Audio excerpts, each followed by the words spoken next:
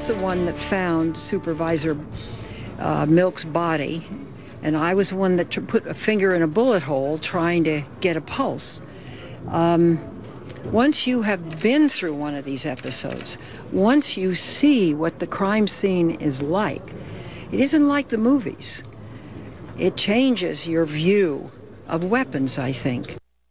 Senator Feinstein's bill to ban scores of assault weapons. The Democrats are pushing it in Congress. What does Newt Gingrich think about it? The former Republican presidential candidate and House Speaker joins me now. Welcome back, Mr. Speaker. How are you? I'm doing well, but I'm curious, Piers, how many intros have you done using people who successfully defended themselves with a gun? I mean, I understand where you come from. Well, let me ask you a question. Let me ask you a question. How many people of the 3 million who own AR-15 military-style assault rifles in this country have ever used them to defend themselves?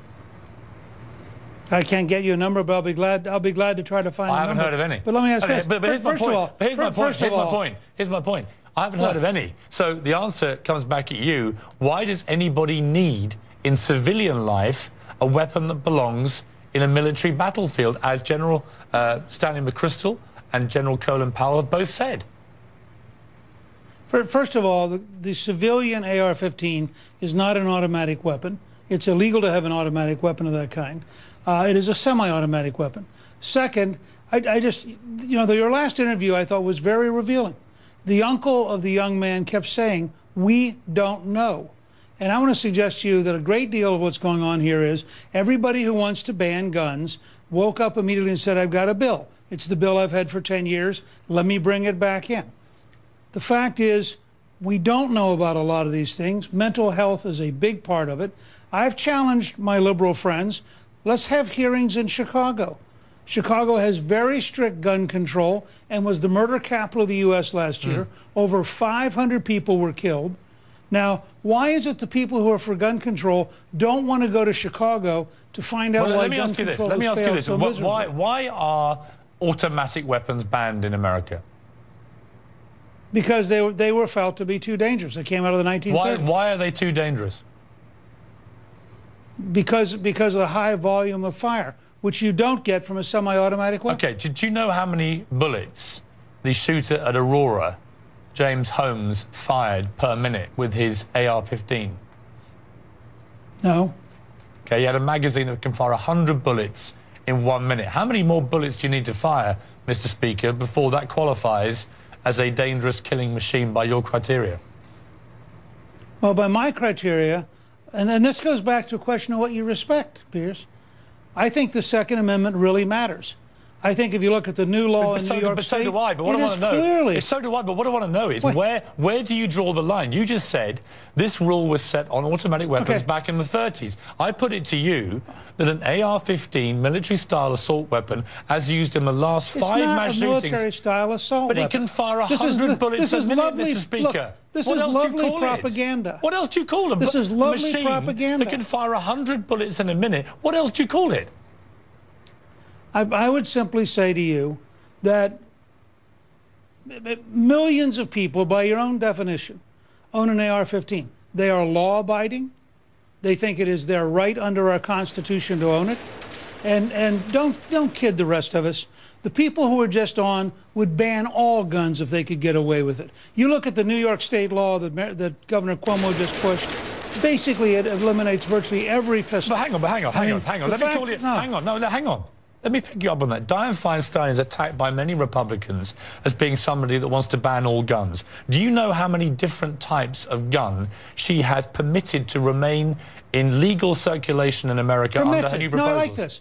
Oh, so this is what this year the government is willing to permit. Well, and then maybe next year they won't permit quite as many. But you've already agreed. In New York State. But Mr. Speaker, you have already agreed with the decision to not permit Americans to have automatic firing weapons. What's the difference in terms of permission? I don't think people. Okay, so now we're arguing over whether or not very many people's lives will be saved. And I'm challenging you and others. No, I'm not actually. I'm asking you, how many more guns? How many more guns does an American civilian need other than 2,200, which would be permitted under this new assault weapons ban? How many more do they need to defend themselves, for goodness sake? Look, and what I can't understand is the difference between a killing. What is the difference between mass slaughter created by an automatic weapon and by a weapon, as we saw at Aurora or at Sandy Hook, that can kill 100 people in a minute? What is the difference? No, wait a second. First of all, you're making our case. Permitted.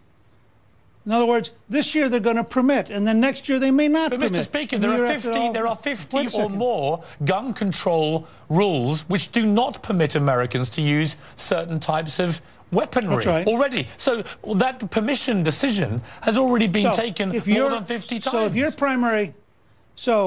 Pierce, if your primary concern is saving lives, yes, you'd have to look at pistols, because pistols are the primary killers, and they're the primary killers in big cities, all of which have gun control laws. But they are not, as you know, and none of which work. As you know, the primary preferred weapon of mass shooters, deranged young men. Right. There's been a pattern now of 5 deranged young men using AR-15s. Why do they use them? Because they're easy to use and they create the most mass killing in the shortest possible time. That is why people like Dianne Feinstein and me want them removed from civilian arms. I see no difference in the ability to commit mass murder between an automatic weapon, which is banned, and you agree with that ban, and an AR-15, which can shoot 100 people dead or 20 children at Sandy Hook in less than a minute. I see no difference. So where are you on pistols that have fairly large capacity? Where are you on the pistols that killed most of the people in Chicago, Piers?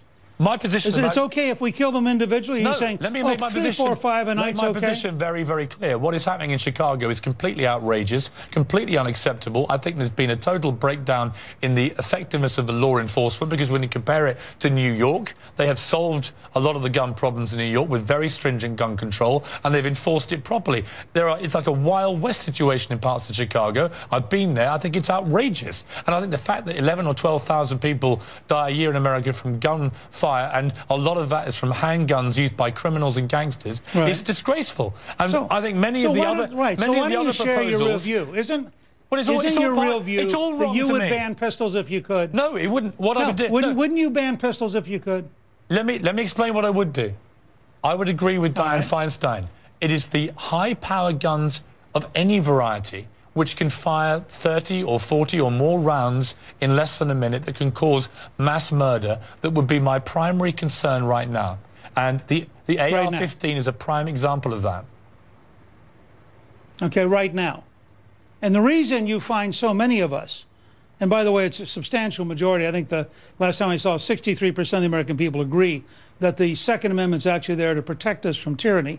The reason you find so many of us very reluctant to go down this road is we believe each step down this road leads to the next step and the next step and the next step. And we actually think the Second Amendment is central to our liberties, not just something there for hunters, not something there for target practice, but actually there because the Founding Fathers remembered that when your army tried to defeat us, luckily our peasants weren't peasants, they were citizens, and as citizens they were in fact armed, and that's the only reason we were able to win the Revolutionary War. And you honestly think the Founding Fathers sat there and thought, okay, automatic weapons are banned because they are very dangerous, the semi-automatics that can fire 100 bullets in a minute are not dangerous and they should be lawful? I think the Founding Fathers would have found this entire debate strange because they actually believed in individual freedom, and they were very suspicious of big government. And they would find the idea that you're going to permit, to use the word you kept using, you're going to permit us to have a few liberties right now, was the antithesis of the American experience.